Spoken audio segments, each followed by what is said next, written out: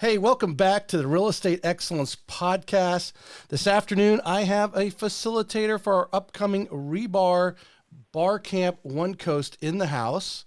And I'll put my guest on the screen there. I apologize for that production.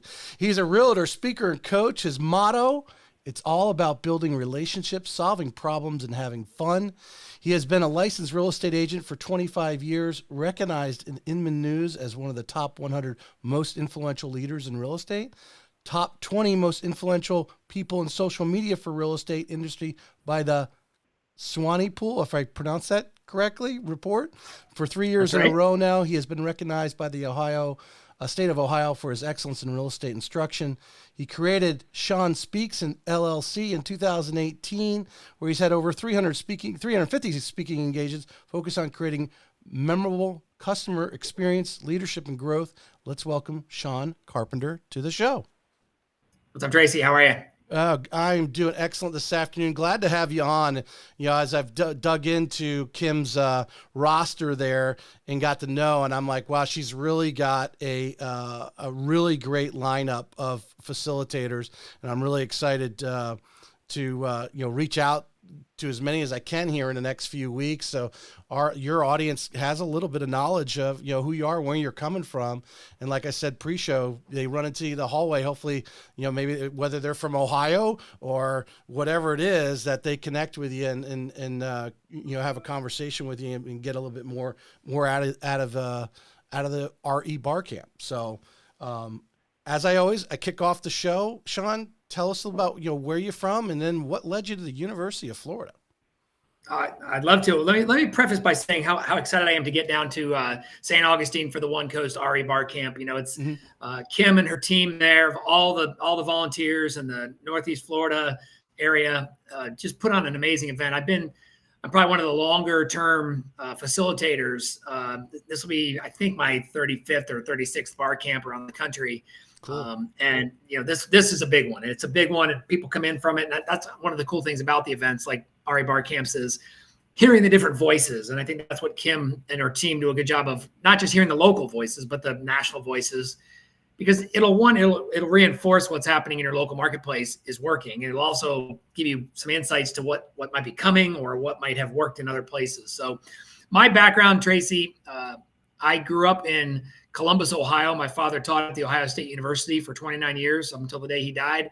I was given a choice on where I wanted to go to school. My parents sort of set some parameters on how much money they were going to pay, whether we went in-state or out-of-state. Right.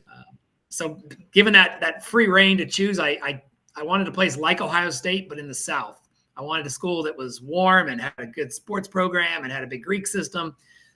I looked at Florida and I looked at Florida State and I looked at Georgia where my dad went to school, and I fell in love with Gainesville from the moment I stepped foot on it. Right. Decided to go to Gainesville. Was in no hurry to get out. Spent the best 6 years of my life there. No, I'm not a doctor. I just took 6 years to get through because I figured out a way to maintain the number of credits I needed to be a full-time student, but also have some fun. And right. Well, I saw that on your LinkedIn. You had 85 to 91, and I'm like, okay, was he looking to be a full-time student? What was going on there?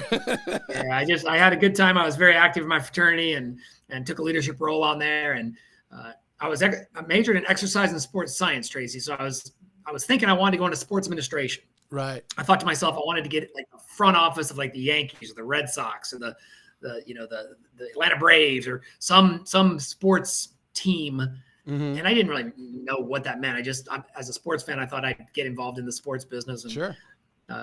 After getting out of college and sending off hundreds of resumes, I kind of got in the golf business, worked in a golf shop near my house, and eventually got kind of called away to a course that was just opening up in Florida. I had my Florida Gator shirt on in the pro shop one day, and this guy said, "Hey, my brother-in-law is getting ready to open a golf course in Florida. He might need an assistant pro." So I went down there and got in the golf business after graduation. Was in the golf business for 3 years. Was not a tour level pro, but it was in the working up to be a professional. Mm-hmm. Did that for 3 years at a big resort course in Brooksville, Florida, and then up in Cleveland at a private club called Avon Oaks Country Club. Realized I didn't want to be in the golf business long term, so I moved back to Columbus and became a beer salesman. Worked for the Miller and Coors distributor in town, called on all parts of the city, but eventually landed at the Ohio State University as my territory. Mm-hmm. So I'll tell your audience, if you're ever going to sell beer, pick a spot where there's 50,000 students. That's a good spot to sell beer. But I thought to myself, Terry, as I started thinking about maturing and growing up, I thought, what's a career that will allow me to drink beer and play golf? So I got into real estate in 1998. There you go. and, and I was wondering, that was one of my questions. What were you doing between 91 and 97? So you just answered that for me. The golf pro and then beer sales. So you're what gets your fancy towards real estate? Is someone you know, or you just got an epiphany? We'd had a good experience with buying our first house, and working the beer business, as you can imagine, it's very similar to real estate. You're working every day. Holidays and weekends don't matter. Golf business, you're working every day. Holidays and weekends don't matter. And so I was looking for a job that I had a little more, control over my time and my schedule. And it's very cliche to think that real estate, you're your own boss, but you're really the boss of all your clients if you think about it. But I reached out to our realtor and said, "Hey, Bonnie, I'm looking to make a change, and do you think I'd be a good fit for real estate?" And she thought, "Oh my gosh, with your personality and with your network and with your energy, I think you'd be a great fit for real estate." So I did some research and found out how to get licensed in Ohio. And my wife and I, set aside kind of a budget to go through the classes. And because when I made the decision I was going to do it, I decided I was going to jump in full time to the business. So did that. And my career in a nutshell, I was an agent for 4.5 years, very successful, working my way up in the business, and then was given an opportunity to become a branch manager. I had taken on the role of assistant manager, but I still got to sell real estate. And so I had to make a decision on if I wanted to leave sales to go into management. Now, we had just had our first child at the time, Tracy. And so I thought to myself, well, to have a paycheck and have benefits was a pretty good opportunity. Right. And I did that and stopped selling, managed an office for 2.5 years with the Cold Maker Company in Columbus, Ohio. So let's dig into that. In that 2 years, I realized I loved the cook. If we dig into that. Yeah, please. So you've been in the business long enough. Training has been a big part of it. If I'm reading your LinkedIn and so forth. So I imagine you are asked a lot by people who are thinking about getting into real estate, because this is a question that comes up a lot. The part-time or diving head first in. I mean, if people could, what kind of conversation you have when someone asks you that? Well, it is a career, right? It's not a job, it's a career. And so that makes it really difficult to be part-time. Now, I won't sit here and tell you that I don't think it can be done part-time. I think it can be done part-time to a certain level that is a part-time success level. But I think if you're going to truly make it a career, a full-time opportunity is probably what it's going to take. Now, there are people, Tracy, that are interested in getting into a career in real estate, and they have visions of becoming a full-time realtor, but they maybe can't do it right now because of, they have bills to pay, they've got college debt to pay. Right. Maybe they've got a good job where they're at now, but they want to start transitioning out. When I was a manager, I would talk to a lot of agents who said, Tracy, I'll go full-time when I can replace the $40,000 I'm making at my other job. I said, okay, so let me get this straight. You're making $40,000 at your other job. You're making $40,000 in real estate. Well, at this point, you're making $80,000. Why would you quit either one? What I need you to do is have some faith, Tracy. If you join our company, you join the industry, you get on some success pattern, you maybe make $30,000 your first year or your first 6 months or whatever, that you have faith that if you could go full-time in real estate, that you could drop your other job and go beyond that 40,000. You could go to 60, 80, 100 and be able to control your schedule and your time. So the part-timers can certainly do it. I think part-timers need to understand that part-time, if you're thinking part-time means 5 to 10 hours a week in real estate, that's going to be a challenge. Yeah. If you're thinking part-time means 40 to 50 hours a week and then have another job as well and be a parent and be a spouse and, stay healthy and play golf and do the things you want to do, that can be a big challenge, but it can be done. Some of our best agents in our business today started as part-time agents, but when they were able to put 100% commitment into their business, it made them that much better. Right. So again, going back to your LinkedIn, which is your resume, you get into training early at Coldwell. Am I correct? I did, our role back then, early 2000s as assistant manager, was to help the manager with recruiting and with training classes, right? Right. Teaching new agents the tools and technologies. Early, because I was a kind of a rising star agent, the director of training at the time invited me in to teach open houses to the new agents, like a guest speaker. And I started enjoying that. And the agents really responded to my lessons and ideas. And so they asked me to teach a couple more classes. When I became the branch manager, I was able to do our own trainings and our meetings and stuff like that at our office, much like Kim does at her Fleming Island office, a great job with. And I really started in those 2 years of managing, Tracy. I realized I loved the coaching and training part of the job, but I kind of hated the managing part of the job. I hated the P&L. I hated the staffing. I hate the staff. I hated this, setting up the schedule and responding to the alarm at 3:00 in the morning because an agent left the door open, or those types of things. So our president at the time had been watching our office. I'd been watching the way I led meetings and trainings and helped other agents and other company or other offices with their trainings. And I was given the opportunity to become the director of education for our companies in Columbus and Cincinnati. So I was able to kind of expand that role and was luckily given kind of carte blanche to build the training program that I thought agents of the time needed. And so I started teaching our new agent training. I started teaching our experienced agent training. I started doing our company events and workshops around the offices and CE and all those. Let's go back to that time a little bit in what you were doing then. Of course, the technology, now we're 20 some years from that, when you first started and taking that director position.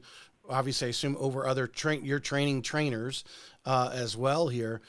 What are some of the things that you, besides, let's take technology out, because obviously your trainers now are teaching a lot of technology and the different apps or different, the different things that the tech stack that everyone has. But the market at that time, 98, 2000, early, before the collapse in 2007, what they were training on then versus what they're training on today, what kind of things are you noticing difference, or things that you were training on that are so much better today because you just advanced them, you just made them better? Well, I think the first thing is what I'm training today, what I'm training 20 years ago, what was probably trained 50, 60 years ago when the industry was much different, is that it's not a house business. It's a people business. It's a relationship business. It always has been. It always will be. The fact is that we work with houses. That's the widget that we work with in real estate, but it's about the people that live in the houses, people that live in the apartments, in the townhomes. And so the relationship aspect of the business is really where everything starts, right? You can have the best technology in the world, but if you can't have a conversation face-to-face, nose-to-nose, the old-fashioned toes-to-toes with a buyer or seller, it's going to be very difficult to succeed in this business, right? There's a lot of businesses in 2024 where we stand today that can be done without any type of manual human interaction, right?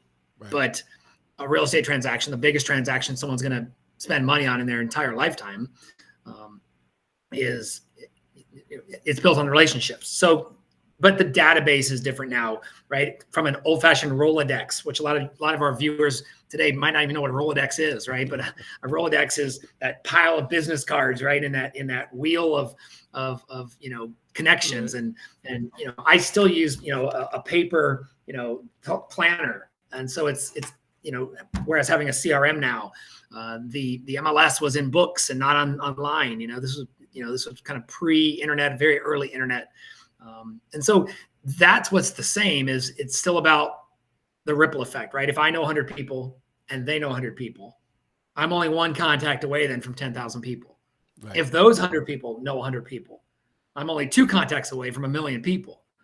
But the key is, as you know, Trace, you've been in the business long enough to know, I'd rather know a lot about 5 people than nothing about 500.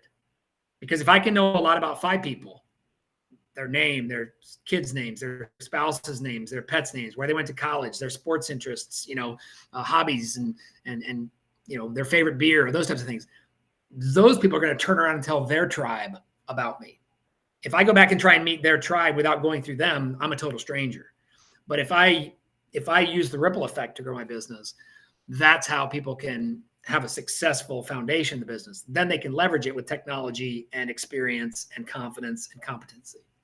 So, we're in our 50s, you and I, and you were, did I pronounce that right? The Swanee Pool? Yes. Swan Pool. Yep. Swan Pool. Is that how it's pronounced? Report puts you as an influential, social media person in real estate. That's the big, you go to any, I would say 9 out of 10 trainings, it seems, maybe not that high, 7 out of 10 trainings that's offered for the real estate agents wherever is talking about social media, video, get out there, to use it as a tool. How did, when this started, because this evolved in your 25 years now, the social media involvement, I guess, you probably, I'm thinking post 2010. I mean, nobody was really doing, email wasn't even around until, the mid 90s, where people were regularly, AOL and stuff was starting to become a regular thing. It really wasn't until, and correct me if I'm wrong, 2000 teens before the social media platforms are coming around. Yet a lot of people still don't know how to use it. And there's so much room. What kind of attitude did you have at first? Did you say like, oh my God, this is a blessing in disguise? This is just and jump into it? Or did you take some time to figure out, well, we can actually use this as a tool in real estate? Well, you mentioned it in my intro. My philosophy of real estate is build relationships, solve problems, and have fun, right? I think when people ask me, how do I succeed in the business? I say, don't focus on listings, don't focus on sellers, don't focus on getting referrals, focus on building relationships, solving problems, and having fun. If you do those 3 things every single day, the listings, the buyers, the referrals will happen. Social media gave me an opportunity, Tracy, to realize that I could build relationships further and faster and freer with people than I could one person at a time in Columbus, Ohio. Right. I could network with other agents. I could network with high school classmates and college friends and people that had similar interests and similar stories and similar dreams. And so creating that network. And then once you have it, though, not treating it as are you a lead? Right. It's, can we build a relationship so that over time I might earn top of mind awareness from you as a referral source, as a information source, as a guide, as a support person. And so, you won't see a ton of me on social media dancing and doing lip sync videos and things like that, which not saying that's wrong. It's just a different approach. I use social media to extend my brand, right? My brand is more than the Coldwell Banker company I work for. My brand is I'm a realtor, right? My brand is Coldwell Banker. Right. My brand is Ohio. My brand is Columbus. My brand is University of Florida, where I went to school. My brand is golf. My brand is beer. My brand is Tom Petty and the Heartbreakers, right? It's all those things. And so on social media, I can be that. I don't have to be just Sean Carpenter, talking head realtor. Mm-hmm. I can be father, husband, child, son. I can be these types of things, that are who I am. I imagine you teach some social media classes. Obviously, I don't think you could go top 20 influential person unless you're instructing. Is there, actually, I haven't heard it recently, but for a while people wanted to come out and say, oh, you need to do it this way. You need to do, as a guest I had on last week, she really felt her Instagram was one of her ways, obviously staying in front of her people. And she didn't split business with her personal. Obviously she watches what personal stuff she puts on her Instagram page, but she wanted to feel that her influence was over her friends and reminding her friends with some personal stuff, but also reminding her that she's a real estate agent and this is what she does. What is your ideology? What is your thought process? Is there a set way, or when someone says, hey, how should I set up my Instagram page? What kind of conversation do you have with them? Well, I'm all about having just a personal page. Mm-hmm. I don't have a business page on Facebook, never have, probably never will. Now, once again, if you're going to advertise on Facebook, if you're going to use the advertising and the marketing tools that Facebook provides, you have to have a business page. I've just never, felt that I can be Sean Carpenter, realtor, but I'm also Sean Carpenter, Florida Gator, and I'm also Sean Carpenter, dad, and I'm also Sean Carpenter. So how do I splice that out? I want people, right. Once again, that ripple effect goes across all those channels. And so I don't have any, are there some things I don't share? Yeah. But am I pretty open to sharing that I'm a beer drinking sports fan with a good sense of humor? Yeah, because that's who I am. You know, when you're genuine and true to who you are, right? I'm a beer drinking sports fan with a good sense of humor, right? That's kind of one of my taglines. You know who I like to hang out with? Other beer drinking sports fans with good sense of humors. Because you know who they like to hang out with? Other beer drinking sports fans with good sense of humors. And so I kind of find my audience by being that. So if you're a church goer, if you're a gym rat, if you do a lot of volunteering, why wouldn't you want to put that on your social media? Because that's the kind of person you're going to attract. Right. And so, and my whole approach with social media is let it be a vision into who you are and what you do. When you can take the online offline or take the offline online and they're the same person. Like I like to say, does your digital twin look just like you? Right? If someone follows me or has been following me for a couple of years and then they run into me in St. Augustine at the end of the month at RE Bar Camp and they say, man, Carp, you're exactly like I imagined. When I see your videos on YouTube, when I see you do a occasional reel here and there, when I see you post a story or a question on Facebook, that's kind of exactly what I expected. And you've probably ran into people that they're not like their social media. They're completely different on social media than they're in person. And it could be good or it could be bad. Right. So, one of the easiest tips or techniques I train people on is if you want more engagement, specifically on Facebook or Instagram, use more question marks and fewer periods. Let me say that again. Yeah. Use more question marks and fewer periods. Because if I can ask a question to my audience, whether that's on a reel or on a video asking a question, like, hey, leave a comment below on, whatever, or I ask a question with a question mark at the end, it prompts people to reply. The more people that respond to my posts, the more I'm going to show up in their feed because they're telling Facebook or Instagram that I want to engage with this person. So show me more of this person's stuff. If then I can respond to their responses, I'm creating a more of a frictionless two-way street on social media for the algorithm to push the two of us up into each other's thread. And if you're going to try and quote unquote use social media to get business, then you need to show up in front of people more often because everyone listening to us, Tracy, everyone listening to us, every one of their clients, every one of their past clients, every one of their sphere of influence members, they all know 10 realtors in their town. Doesn't mean they're going to use them, but they all know. And so if Joe Smith out there or Sally Jenkins out there slowly starts falling off of that person's Facebook or Instagram feed, but Jack Jackson with XYZ Real Estate does show up in their real estate feed, there's a chance that on the day they need real estate help and Jack Jackson shows up and Sean Carpenter doesn't, that call went somewhere else. That's really brilliant. I've heard that before. It wasn't until you just said that, and I'm thinking about some stuff I just posted because I'll cut reels from this. Everyone I talk to, I cut the nice sound bites and so forth from it like that.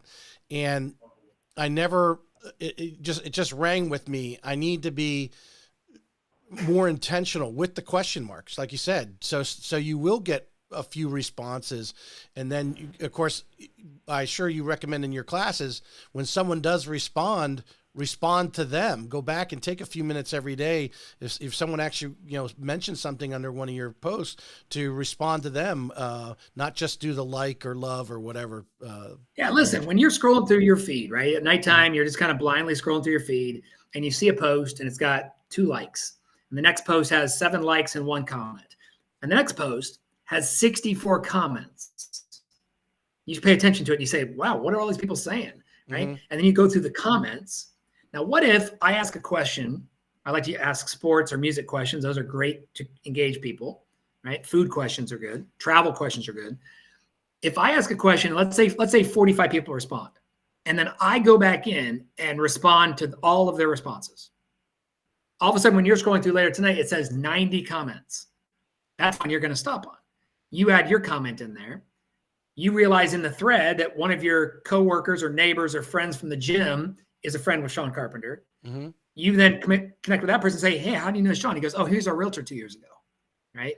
And you're creating that network, that Venn diagram of connections inside your connections. Well, Facebook is brilliant at, even if they made a comment, or even if they liked it and didn't even comment, but you also go in and even just like it pops up in your little, the little area says, hey, your friend liked that post as well. And that's why that's why the questions work so well, Tracy, because if I ask a question, let's just say I post a question this morning and 45 people responded. You were one of the first to respond. Later tonight, someone that we're mutual friends with, let's say Kim Knapp, responds to the post. Because you guys are mutual friends, you're gonna get a notification saying Kim Knapp just commented on Sean Carpenter's post. It's gonna prompt you to go back and see what Kim Knapp said, or you're gonna say, oh, did Sean ask another question that I didn't respond to yet? And so it keeps people kind of going back and forth, right, which keeps you moving up that algorithm feed to stay on to have me show up on their page. Same thing with Instagram stories across the top of your feed, right? The more you post and get watched, the more Facebook or Instagram pushes that to the top left of your phone, because it says every time Sean Carpenter's posted a story, Tracy has clicked on it. Right. So Sean Carpenter's a new story, put it up top left for Terry. Or so for Tracy. For those listening, to be more intentional in that, and I don't know who I was listening to. I think it was one of the gentlemen have the big YouTube channels, but write a little bit more, write a complete sentence in your comments. Is that something that also adds to it? Yeah, Katie Lance, my friend out in California, who's a national real estate social media trainer, she recommends 4 words or more on your comment, right? To have it kind of have traction with the algorithm. Right. So if you post, a picture of a dog and I put cute puppy and that's it, it's not going to pick up. If I say, wow, what an adorable puppy, where did you get it? Or what's his name? Or, does it like shoes? Or, is it potty trained or whatever? It's creating more of a feed. So just next time you're going to say awesome hairdo or cute pic, add 2 or 3 more words to it to make it a little more authentic and have some traction. It really brings back. It seems a gentleman's name's going to come to. He has a big. He produces a lot of YouTube, but he also trains a lot on the YouTube. Is social media is designed to be social, and the more you interact with, obviously the people you're trying to influence. For me as a mortgage lender, I want to respond to all the real estate agents, right, when they post whatever and interact. So I'm constantly popping in front of them. As a real estate agent wants to pop in front of their, their friends and family and past clients and so forth, be constantly being social with them, because that's what social media is about. And that's where taking the online offline. I mean, that's a simple little thing to remember. Take the online offline. So when I'm scrolling through Instagram today or Facebook today or Twitter today, and I see that you mentioned that you just had your best round of golf, in your lifetime, you shot a 75 on, Ponte Vedra's ocean course. Mm-hmm. I could comment on that and say, great round. Love that course, and be among the 65 people that commented. Or I could swing by your house tonight with a 6-pack of beer and a cigar saying, congrats on your career best round. Right. Yeah. A month from now, a week from now, which one are you going to remember? The 54th comment on your Facebook post, or that afternoon you're out having a cigar on your back patio and you're remembering your buddy Sean who dropped off the cold beer. Yeah. Yeah. No, 100% there. This was on your LinkedIn. I wanted to ask you about it. It looks like something you, if I recall, you are an organizer or co-organizer of High Tech, High Touch Success Conference. Tell us about that.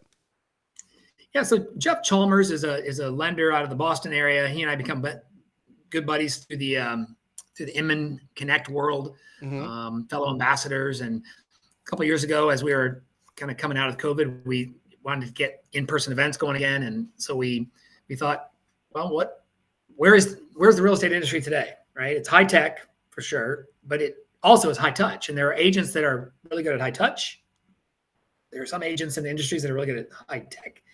And if you can put your feet in both those camps, Tracy, I think you realize I can probably win more than if I just go all in on one or the other, right? And so that's kind of where it evolved through. And so our first one was in Buffalo a couple of years back, and Jeff's done a couple since that I just wasn't able to attend.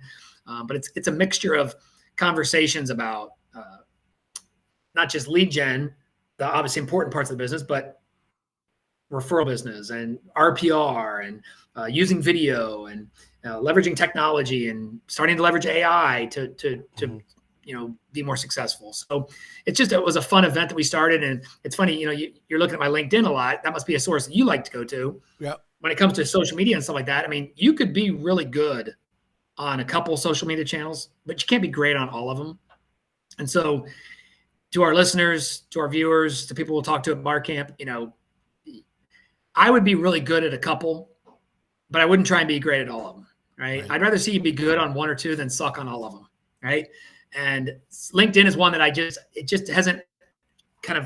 doesn't energize me. It doesn't catch me. So I try and get on there every other week and post something so I have some relevance. But I know a lot of people like you maybe go to look at the profile, go to look at the resume, go look at the information there, because it is probably the best place to have your work expertise. Right. But if I had to rank social media, I'm probably Twitter, or X as it's called now, but I still call it Twitter. Twitter's my first and foremost, because I just love the fast-paced speed of it, and I get to kind of control who I get to follow and read. And then Instagram and Facebook, I think, are interchangeable. Mm-hmm. And then probably LinkedIn. Would you? And I imagine you get this question too in some of your classes, and from your students or just in general. Like you said, every person knows, 8 or 10 real estate agents. I mean, especially here in Northeast Florida. I mean, I swear to the neighborhood I have lived in for the last 15 years, every top agent has lived in there at one time or another, because it was like the newest community in that county, one of the most popular, well, just up the road from where RE Bar Camp's going to be. And so everyone knows 8 or 10 agents, and their attitude may be, well, social media it's oversaturated. There's too many agents on there. Well, how do you respond to that there's importance to have a presence there? Well, there's importance to have a presence there, but for the right person, maybe I want to be active in my church or synagogue or house of worship. Maybe I want to be active in my kids' schools. Maybe I want to be active in the local charities. Maybe I want to be that regular at the pub, right, in that little town of Nocatee or wherever you're talking about, right? That is where everybody sees you. Be an advocate of your local brewery scene, which you guys have a great brewery scene there in Northeast Florida. Be an active member at your country club, right? Where you play golf a couple different times a day. You got a foursome you play with on Saturday, but you also got a men's league or a mixed couples league that you play with on Tuesdays, and you go to your bourbon tasting on Thursday, and the people at the club know you and the staff knows you. And social media is just one other source of relationship networking, right? I mean, people think of farming only as geographic farming, but you can farm people as well. You can farm, I went to school at the University of Florida, but I lived in Columbus, Ohio. I lived in the shadow, still to this day, live in the shadow of the Ohio State University. But for 3 years, Tracy, I was the president of the Greater Columbus Gator Club, right? So I was in charge of the Florida Alumni Association in Columbus, Ohio. Guess what the University of Florida Alumni Association sends to the president of the Greater Columbus Gator Club every year? The list of names, everybody. addresses, emails, and phone numbers of people that have. I've been president of my alumni. I graduated from the Citadel, the Military College of South Carolina. I've been president for my club here in Northeast Florida for over a decade. Yeah, I'm with you there. And think about that. I mean, so anyone who comes from Charleston down to Jacksonville, which could be a pretty good military, coming down to Mayport or Jacksonville Naval Air Station or whatever. I mean, that's a great network, and that Citadel is. Look, if someone from the Citadel was scrolling through 3 different websites today, mine doesn't mention Citadel, and Kim's doesn't mention Citadel, and yours does, they're going to see the word Citadel when they click on your page before anyone else sees it. Yeah. I guess where I was leading with the question, would you agree, and you can expand on how you, the point, the social media is a long-term game. It's not, hey, I bought a bunch of TV ads for the Super Bowl and I'm going to get phone calls off it like, Rocket, Quicken Loans might do, right? And get calls instantaneously as soon as someone sees that number. Of course, when refinances were more around, they probably would. But from a real estate standpoint, even for me as a mortgage lender, it's a long-term play, and consistency is the key. How important is the consistency?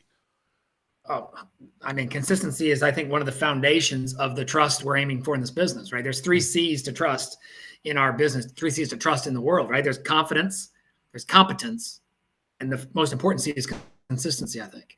Mm-hmm. Because once you have competence and confidence, you got to keep showing people that you are continuously getting better and more knowledgeable about what you do. So social media is that ever revolving billboard that is changing every day, but it also creates this chronological, I can go back and see what you tweeted about a year ago. I can go back and look at your Facebook post from last month.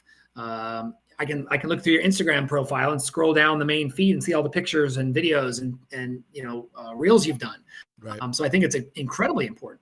The other, the one thing I've, when it comes to consistency, I blog. I've been blogging since the year 2000.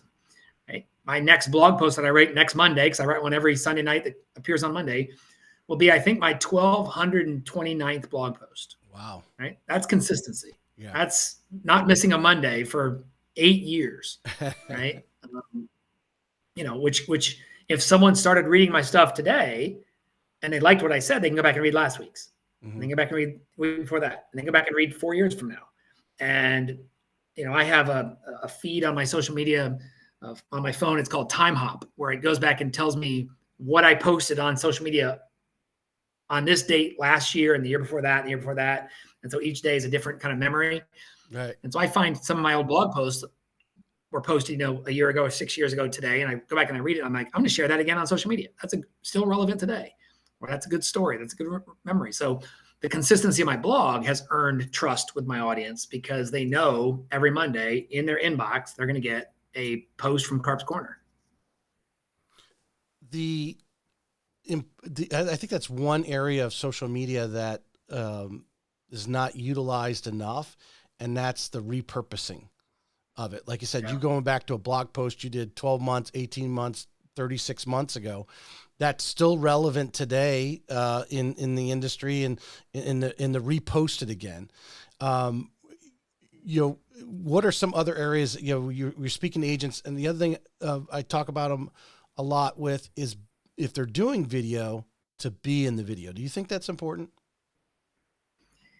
Yeah, and that's hard for people, right? There's some people just don't want to be in front of the camera for whatever reason, ego, lack of ego, anxiety, whatever. So you can, I think, do some good videos. Certainly you can do some community introductions. You could do some, from behind the scenes narrating.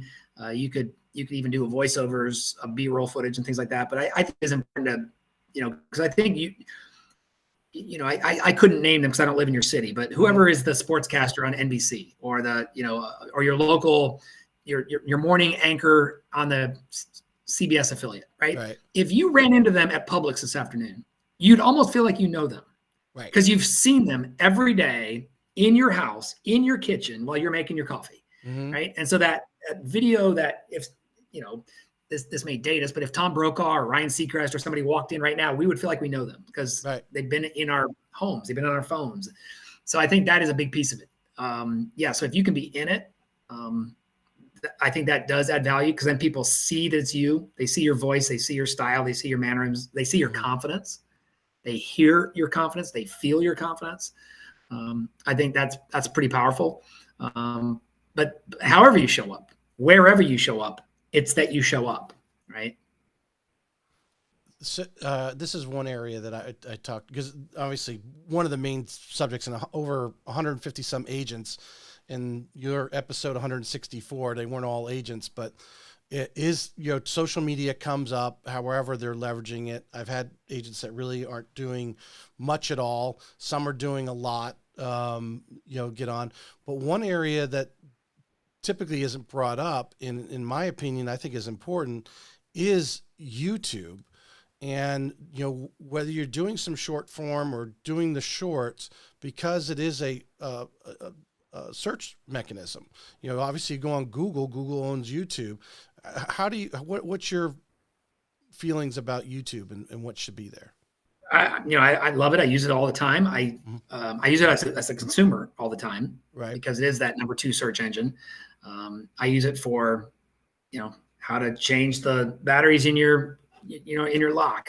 Yes, I did that the other day. DIY, my wife, right? her fob for her car, I had to go on there. Yeah. I had to reset our garage keypad, and I watch on YouTube. I would, that would be a good goal for me in 2024 is to do more videos, much like this, because then you have something, an 8-minute video, a 6-minute video, a 22-minute video to splice up into shorts and reels and blog posts. And AI now, it makes it almost even easier to, synopsize it, cut it, segment it out. And it could be as simple as, me reading my blog post on, a teleprompter, and then using that video and cutting out that 90-second, that 30-second, that 60-second opportunity. Look, I mean, today's consumer, tomorrow's consumer, right? My kids, they'd much rather watch a math class than go to a math class or listen to a math class, right? They'd much rather 100%. watch a video about something, whether you like it or hate them, TikToks and Reels are nothing but little stories, 30 seconds, 60 seconds, 15 seconds long. Right. But you know what tomorrow's generation isn't doing? They're not reading 20-second stories. They're not reading short stories. They're watching them. They're listening. They're being part of them. Right. And so I think we can all learn that video is, listen, we don't think of YouTube as a social channel, Tracy, but it is probably the most social channel out there. And here's what I mean by that. I don't know if your parents are still alive. My mom's 87 years old. Yeah. She doesn't do Facebook. She doesn't do Twitter. She doesn't do Instagram, but she can watch videos on YouTube. Yep. Right. But it's like we get things, we buy appliances or whatever. They don't even have instruction manuals with them anymore. They just give you the YouTube channel. Yeah. Which actually is kind of better because I can pause it, I can rewind it, I can watch it again. Right. And seeing somebody do it versus some black and white schematic on the paper really helps. Or say, hey, you have to tweak it just a little bit like that to make it fit in there. But I also, from the standpoint of it being a library, and obviously you can go into your library and pull a book out and send somebody that link, like, hey, they have a question about insurance in Florida or something. Maybe you've done a little video or something, and you send them that little 5-minute video talking about insurance in Florida. So it's not only you saying it, but they're also able to listen to it. And I found from a mortgage standpoint, the video aspect, even going beyond YouTube, while I was working with a large builder, and obviously their house is not going to be completed for 8, 10, 12 months or whatever. We still had to put the loan in process and get them approved. So the disclosures would go out. They're not really in a rush, but I would actually do a video going over the disclosures, send it to the husband and wife. So both of them are watching the same video, hearing me say the same thing. So you don't have two different people hearing two different things or thinking the other person's not telling them everything. We have that kind of thing going on, and just the utilization of video to simplify it. Cause like you said, I've had many people, because it tells you on BombBomb how many times they watched it, Yeah. I think that's, super smart. And think about this. If I had a question, let's say I was a client of yours, we're in the middle of a loan, and I say, hey, Tracy, now you said the next step is underwriting. What does that mean? You say, Sean, you know what? I'm going to send you a short little video, 90 seconds. You and your wife can watch it. It gives you a quick understanding. I watch that video, and at the end of the video, it says, watch these 5 other videos about the home buying process from Tracy. Yep. And all of a sudden I watch all 6 of those. Mm-hmm. Then 2 weeks later at work, one of my coworkers says, hey, we're thinking about buying a house this spring. Do you have a good realtor? Do you have a good lender? Do you have a good home inspector, whatever? And I say, yeah, my lender. In fact, let me send you his link to his channel. You'll be more educated before you even start with him. Right. I mean, that's how you get upstream. Yeah. Is you have that content. My son is going to be a golf pro. Right. And the amount of content on the golf swing that you can find out there is incredible. Right-handed, left-handed, slow, fast swing, tall swings, skinny swings. It's amazing. And then you can find that you can hone down, my swing to, he can show me what Rory McIlroy's swing looks like and Justin Rose's swing looks like, and use that, so it becomes a tremendous tool at your fingertips. What are 3 things that new agents need to know before getting into this business today? That it's a local business, that the first thing they should try and do is make more mistakes, which sounds counterintuitive because pre-licensing school, and they scare you you're going to get sued for everything. The agent that's afraid of making mistakes is probably not going to do anything enough to, you're going to make mistakes. And I'm 25 years in the business, Tracy, and I still make mistakes on, you try not to make any legal mistakes or any lethal mistakes, but other than that, you can learn from them. Right. And then obviously just have a mentor or someone that you can, and that could be a virtual mentor. That could be a podcast or a show like this that you use as a resource. That could be a YouTube channel. That could be, somebody outside the real estate business, someone who's in sales, someone who's in leadership, someone who's in, so I think those would be, remember it's local, make some mistakes, have a mentor, show up in this business. Unfortunately, the one of the byproducts of the COVID generation is they've taught us that we don't need to be in person anymore.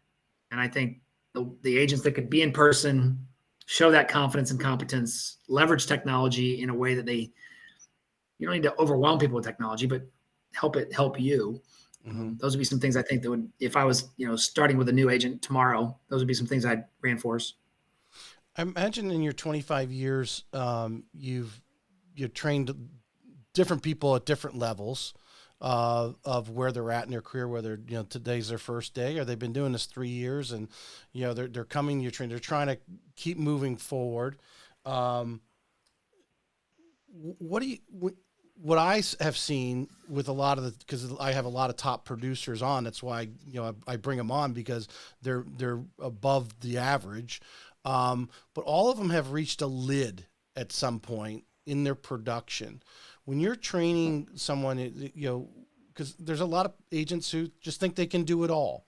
What is some advice do you give, or when it's time to maybe dump some of that stuff you don't like to do, or is more administrative and not, getting you that next sale?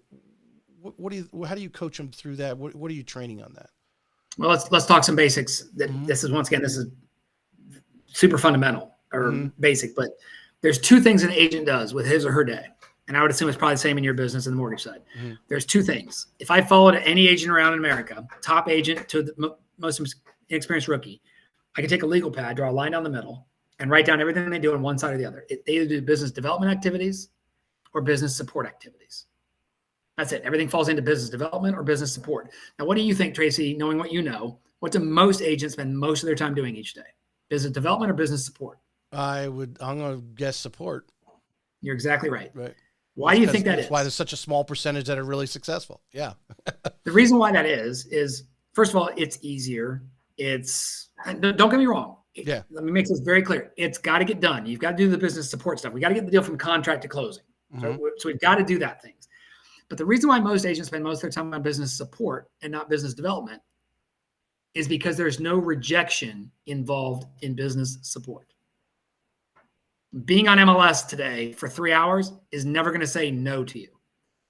Making a flyer in Canva for an open house you have coming next week is never going to say, we already have a realtor, right?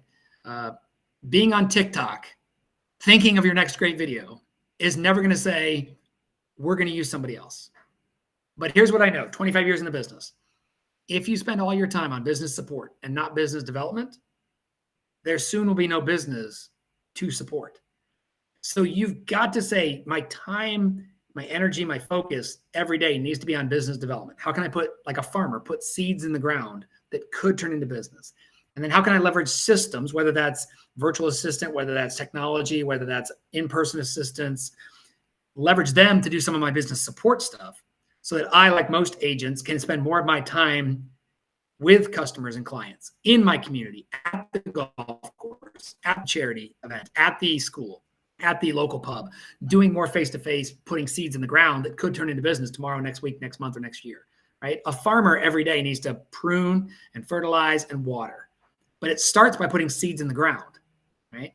Farmers don't just wake up one day and say, I want to be a farmer, and then tomorrow they have a crop. It's not how it works. They have to, so the handwritten notes that I wrote today and yesterday, that could turn into business next week, next month, or next year. The social media touches I made this morning could turn into business next week, next month, or next year. But each time I put a seed in the ground and water it and fertilize it, there's a chance that my name pops to the top of someone's mind before someone else's does, because they just saw something from Sean Carpenter in their mailbox, in their inbox, in their social feed, on their voicemail, in person, right? And so it's that consistency in those touches. So that goes back to the question of, are you doing business development activities every day, or are you just stuck doing business support? So if I can find ways to manage around my weaknesses, right? Focus on my strengths, manage around my weaknesses, and do more of the things I'm good at, right? Which would be, for most of the top agents, face-to-face, nose-to-nose, toes-to-toes, belly-to-belly, conversations every day. Mm-hmm. Right? But when it comes down to it, look, we just turned into the new year. We're 49 days away, I think, as we record this, from the day that pitchers and catchers report in Major League Baseball, right? Mm-hmm. And in the state that we're in right now in Florida and across the country in Arizona, in about 2.5 months, the best baseball players in the world are going to show up. The best baseball players in the world, Tracy, are going to show up in Florida and Arizona. And you know what they're going to do for the first 3 weeks of practice? They're going to practice the basics. Throwing, catching, running, hitting. They're the best baseball players in the world. Yet they're going to practice the basics, the things you learn in Little League. Why? Because that's how you become the best baseball players in the world. You get really good at the basics. And so the top agents I coach, circling back to your question, the top agents I coach, when they start hitting that lid, when they start saying, I can't do anymore, they could delegate out the business support stuff, or they could go back to what they're good at, and that's the basics. At breakfasts, coffees, lunches, happy hours, stay in touch with past clients. Here's a simple little thing. I did 5 coaching sessions today. One of my agents, I said, to get to the next level, you're going to have to do more than you did to get here, right? I looked at her business the last 5 years. I said, in the last 5 years, you've had 88 buyers, right, over those course of the last 5 years. So let's assume all of them still live in the house that she helped them buy, right? If she stays in touch with those people consistently, to one person this year that was going to buy or sell a house, just one person in their neighborhood, at their work, in their family, in their peer group, one person, that's 80 referrals this year, just by staying top of mind, by doing the basics. Right. Think about that for a second. If you got one referral, we all know. We actually all know. I was just thinking, even if those 88 people sent her one person in the next 3 to 4 years, it would move the needle for her. Exactly. She couldn't handle every one of them giving her a customer, plus new customers that she's gaining with her own advertising or lead buy or whatever it may be where she's getting them. Yeah. That seems to be That's right. Well, it is the theme. How often, in this case, you got 88 buyers there. How often, what at Caldwell, you guys have a plan or a system involved. How often should they be touching them? And that could be, an email, a generic email through the CRM, a phone call, whatever different ways to reach out and touch them. How many times a month or year should she be touching those 88 people? That's a great question, and I don't think there's no one answer that applies to everybody. But right. The number I would put in people's heads is 16. 16. Now think about this: if I'm going to aim for 16 touches with my people in my database, my past clients, I can automate 12 of those. Right? I could send a e-newsletter each month. I could send a print copy newsletter each month. Right? There's 12. Mm-hmm. I'm not the smartest guy in the world, Tracy, but the average human being has one birthday a year, right? So if I call the husband on his birthday and the wife on her birthday, if they're married, they have an anniversary. And if I sold them the house, there's the anniversary of when I sold them the house. There's 4 touches right there, right. Either phone call or face-to-face. Now we're up to 16. So every other touch then is bonus at this point in time. Right? Now, I want to try and mix up the set it and forget it of the email newsletter or the print copy newsletter in their mailbox. There's 6 channels. You heard me talk about them throughout this conversation. Mm-hmm. But the 6 channels I have of talking to you would be face-to-face, voice-to-voice, screen, which is me texting my screen to your screen. There's inbox, there's mailbox, and there's social media. 6 channels I can talk to you on, right? Mm-hmm. I want to show up in front of you, Tracy, on all of them. Not every day, all of them, but I want it to be where when you see Sean Carpenter or when someone brings up Sean Carpenter, you say, man, I see Sean Carpenter everywhere because I was in your mailbox last month. Right. And I was in your email box earlier this week because I sent you a just listed card, or I sent you an update about the neighborhood, or I sent you something else. And you saw me on social media and you saw me at the kids' school event and you got a handwritten note from me on your birthday last week. And I called you the other day. And all of a sudden it's like, man, I see Sean everywhere, but I'm not really everywhere. I'm just not in the same channel. So many people in our business, they get stuck in one channel. They say, oh, I have Tracy on my email drip campaign. He gets an email from me every 3 weeks. If I'm sending you an email every 3 weeks and you're not ready to buy or sell real estate, you hit delete or unsubscribe.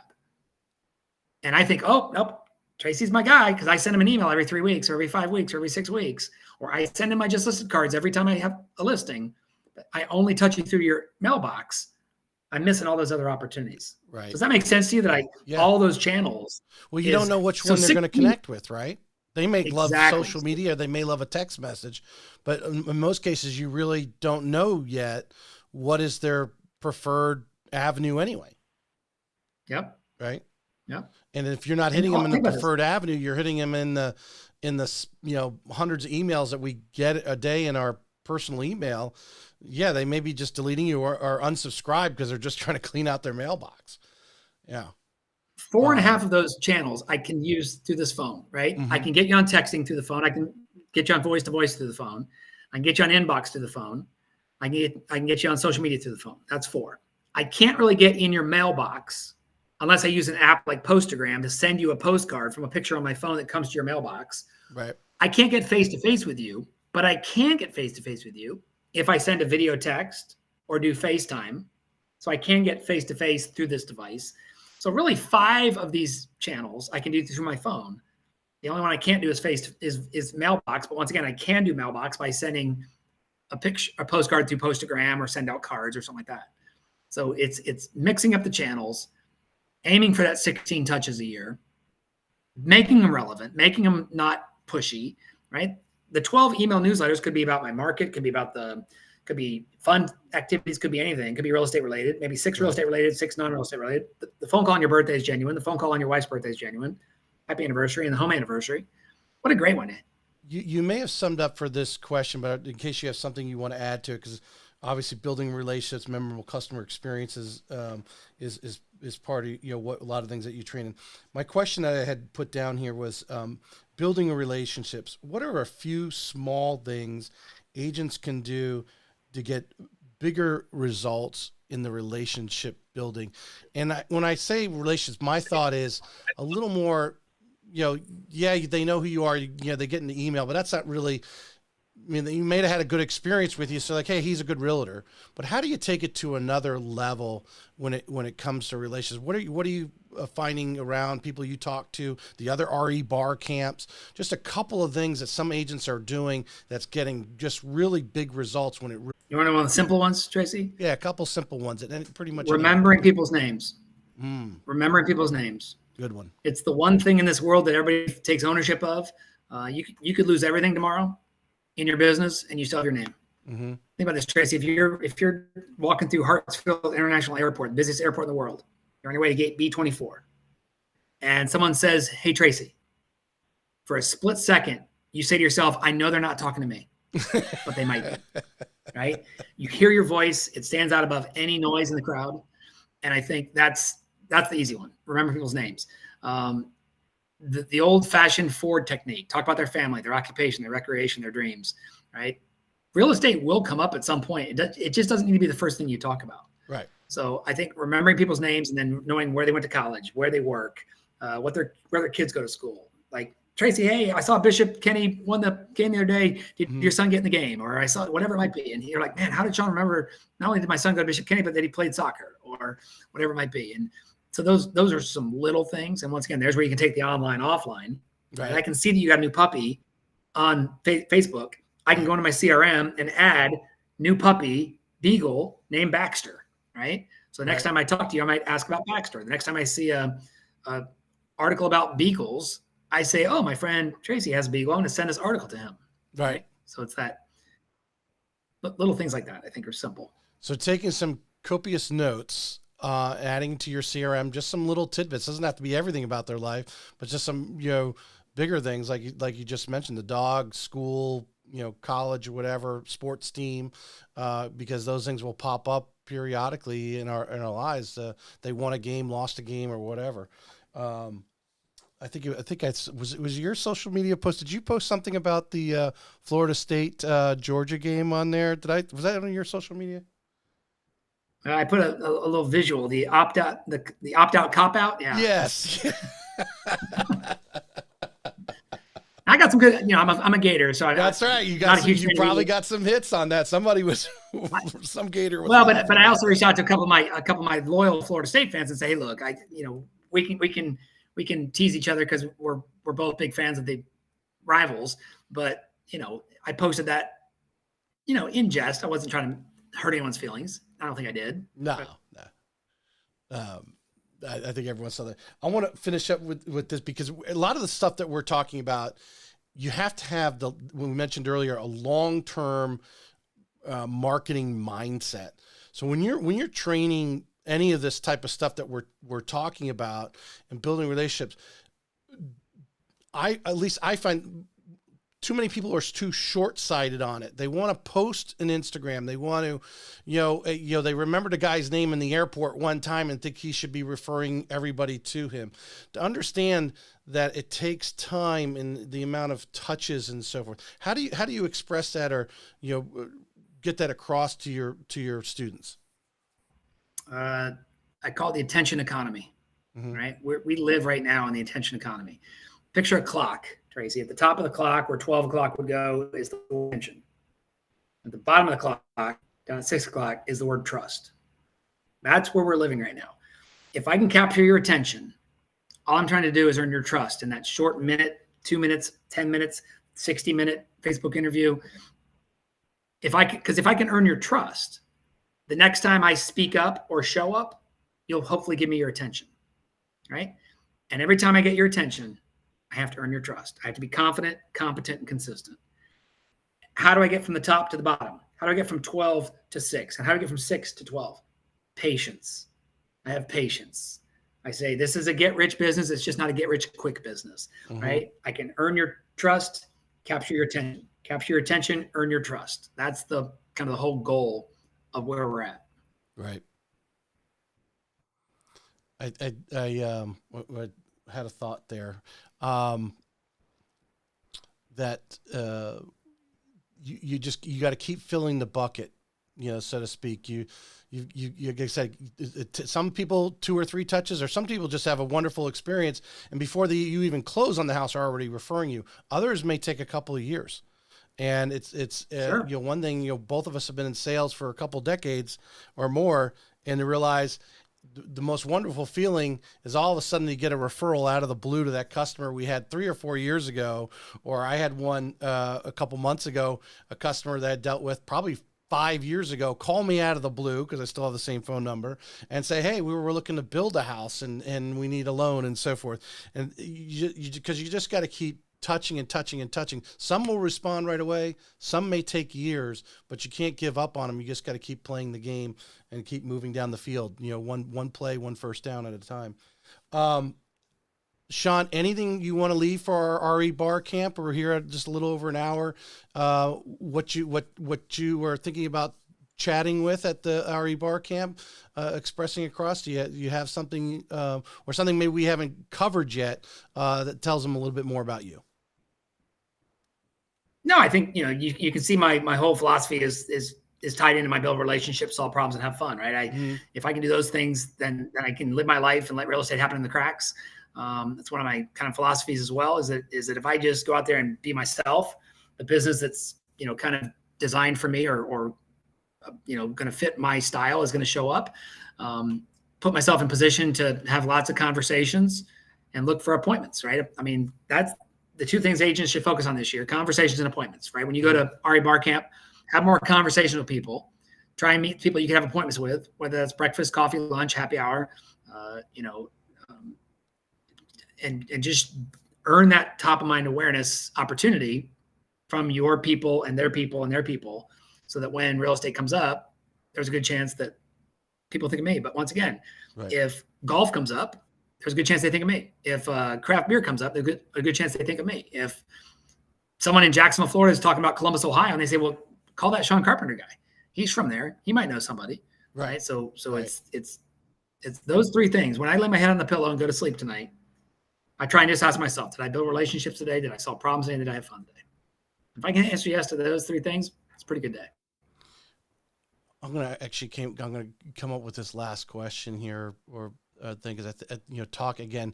I get a lot of common themes, and talking to top producers, finding that marketing thing that you enjoy doing.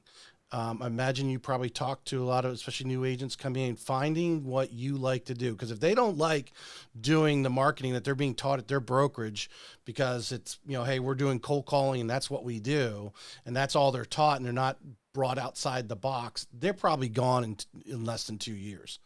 How important is it for agents, and how can they find that niche that they just enjoy doing? Like you said, it may be trying to have as many coffee appointments. So can they have 5 coffee appointments a week in the morning? Can they have lunch with a prospect or a past prospect to build that relationship? How important is it to find that thing that they just love to do? And that's why they get up in the morning with a smile on their face. Well, figure out what gets a smile on your face. Well, and then do more of that. Knowing that you have to eat a frog, that they can actually make the day enjoyable, and finding that go-to marketing, whatever it is. Yeah, well, I think sometimes we get caught in this business thinking I have to do it the way the other agents have done it. Right. I have to do it the way the other top agents have done it, and that's not necessarily the case, right? And we see that in sports. We see, oh, you have to win the game this way, until another coach comes in and wins the game another way, and then all of a sudden it starts shifting that way. And and the game of golf, right? I mean, right. The game of golf has evolved over the last few years.